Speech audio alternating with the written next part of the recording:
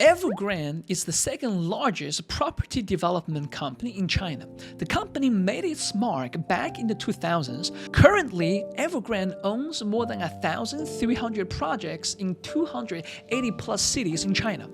Evergrande has many other businesses including money management, electric cars, and food manufacturing. It also has one of the most famous soccer teams in China.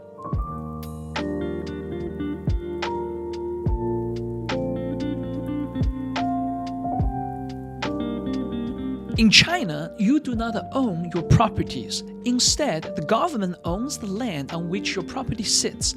You lease it for 70 years if it is for residential use. So companies like Evergrande buy these land leases and then develop them. While they are building these apartments, they can sell these half-finished projects to home buyers or investors who give them a deposit and wait until they are completely finished. Sometimes they come fully furnished as well. Investing in homes is something a lot of Chinese people believe in, and they believe investing in houses are less risky than stocks or even bonds. It has been like this for decades. Interestingly, a lot of times having a house is a prerequisite to get married in China. So many parents invest in houses and give it to their children when they get married. China's real estate sector has been benefiting and expanding tremendously for the past 30 years or so. With so many buyers, Evergrande took advantage of this and they did it very well. They started building half-finished houses and pre-sell them to home buyers and investors, then use their deposit money as a down payment to borrow more money from banks. And with this borrowed money, they use it to buy even more land leases or sometimes use it on constructions of the buildings they haven't finished. It was very lucrative and it expanded very rapidly. It was not just Evergrande. Many other real estate developers were all doing the same thing. Evergrande was able to take up large amounts of loans from banks because banks think in the worst scenario, should Evergrande ever default on their loans, they could simply sell their properties they had on their books and repay the loans and interests. All these real estate developers, especially Evergrande, had seen that property prices were appreciating at a rate of more than 10%, and it wanted to take advantage of this and make the most out of it. So Evergrande started buying more land leases, borrowing more money from banks and other financial institutions, pre-sell more apartments, and this cycle continued to grow more and faster. And the scale became so massive that some think Evergrande is too big to fail. This process worked very well for the past 20 years, and it was very lucrative for Evergrande. It always had more assets than liabilities. It gave handsome returns to stock and debt investors, but at this rapid growth rate, it accumulated a massive amount of debt. So basically, Evergrande needs new money coming in from either property buyers or loans to keep their businesses running. They also know that if money doesn't come in fast enough, they could simply sell their houses at a discount and there would always be buyers. In addition, Evergrande held some of its properties on its book, and as long as they hold it and never sell it below its cost, they could borrow more money from the banks and lenders. It worked because the property prices kept on growing and they never needed to worry about it. Should prices fall, they only needed to wait and sell them when the prices come back up again. However, in August this year, 2021, Chinese government had some new policies that also wanted to address its bad loan problems.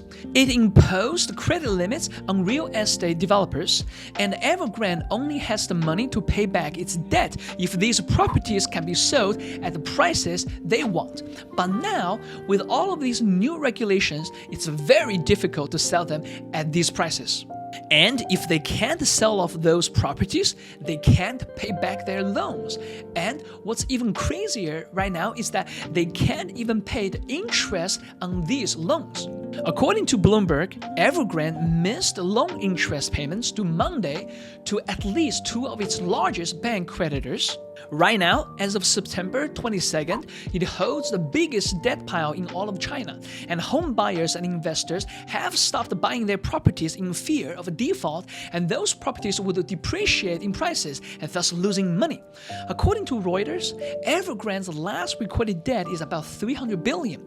This includes bank loans, short-term borrowings, and a supplier credit, and this number is roughly equivalent to the annual economic output of Finland. Economist intelligence unit's Maddie Banking says Evergrande reportedly owes money to around 171 domestic banks and 121 other financial firms. In addition, their properties have become much harder to sell. Many of their constructions have been halted, and angry home buyers protested against the halt. According to Bloomberg, more than 100 home buyers in white t-shirts emblazoned with the phrase "Resume construction Evergrande" lined up before the Housing Bureau of the city Nansha district on September 9th. Protesters said a project of almost 5,000 apartments they purchased in Evergrande Peninsula has been halted since May. Things look very bad for Evergrande right now. There are a lot of questions being asked. Is Evergrande going to default? Is it systemic? And is there a contagion risk? In 2020, Chinese government allowed Huarong to default, and I think it's no exception this time. I think Evergrande is very likely to default. I believe the Chinese government understands that this problem is not just a company problem, it's a structural problem that impacts all of the Chinese property developers. And I think they will make changes, and it could start with Evergrande. Furthermore, on September 2nd, President Xi Jinping called for China to achieve common prosperity, basically to narrow the wealth gap between the rich and the poor. These words have meanings and they change policies. According to National Center for Biotechnology Information, more than 90% of Chinese are homeowners, but we have a newer generation of Chinese where they believe they will never be able to afford a home because their income can never catch up with the prices. The Chinese government wants homes to be cheaper, but it doesn't want a fire sale of the properties because it will heavily affect other projects and developers. And don't forget that real estate accounts for about 25% of China's GDP. That's a huge number. So a complete crash on its property market is going to be a catastrophe. They don't want that, and they will do everything to prevent that from happening. So there are two scenarios that could happen if Evergrande collapses, and I personally think Evergrande is going to default and it will collapse, and its stock is going to zero. Scenario 1. Because Evergrande doesn't have the outlet to sell their existing properties and they couldn't borrow any more money because lenders are afraid that they cannot pay them back. And on top of that, the new Chinese policies prevent them from doing so. Because of these, I think it's going to collapse. And if the Chinese government doesn't do anything after that, I think a fire sale of the real estate developer will begin. And that will take its millions of suppliers with it.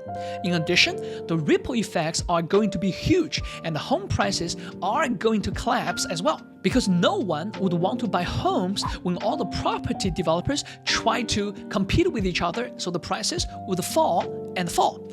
And if that happens, a lot of existing construction projects might get abandoned as well. And if that happens, suppliers are not going to get paid either.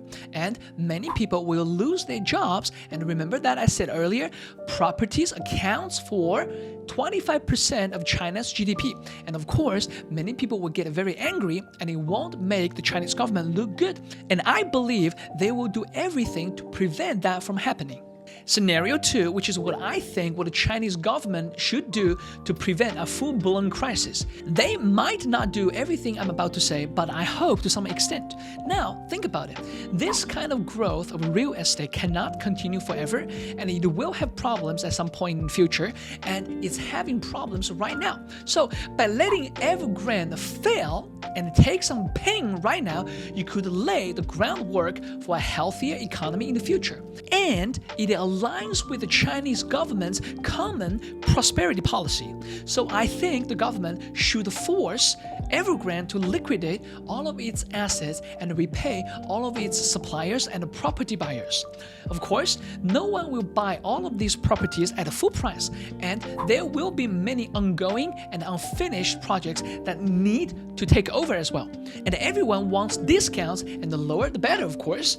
But no one wants to be the first to bid on these properties and projects because they fear that the prices will be even better at later times. So if the government steps in and orderly handle it and reasonably ask everyone to take a haircut, a small loss, I think it will be much better. Letting home buyers, suppliers, banks, other property developers, and investors all know that everyone will need to take a loss. And it's obvious that if they don't, everyone will be left with skeletons. It's definitely not easy to negotiate with all of these people, but I think it's the best strategy, and they will need someone with a lot of political power to do this. In conclusion, I think Evergrande is going to default, and very likely it will collapse due to its current debt, lack of means to sell off its properties, and China's new policies.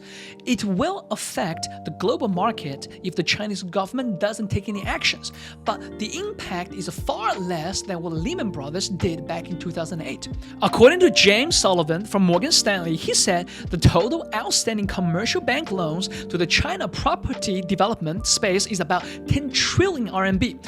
If we look at loan loss reserves on the balance sheets of Chinese banks, about 5.4 trillion RMB, and they make an additional roughly 2 trillion RMB a year.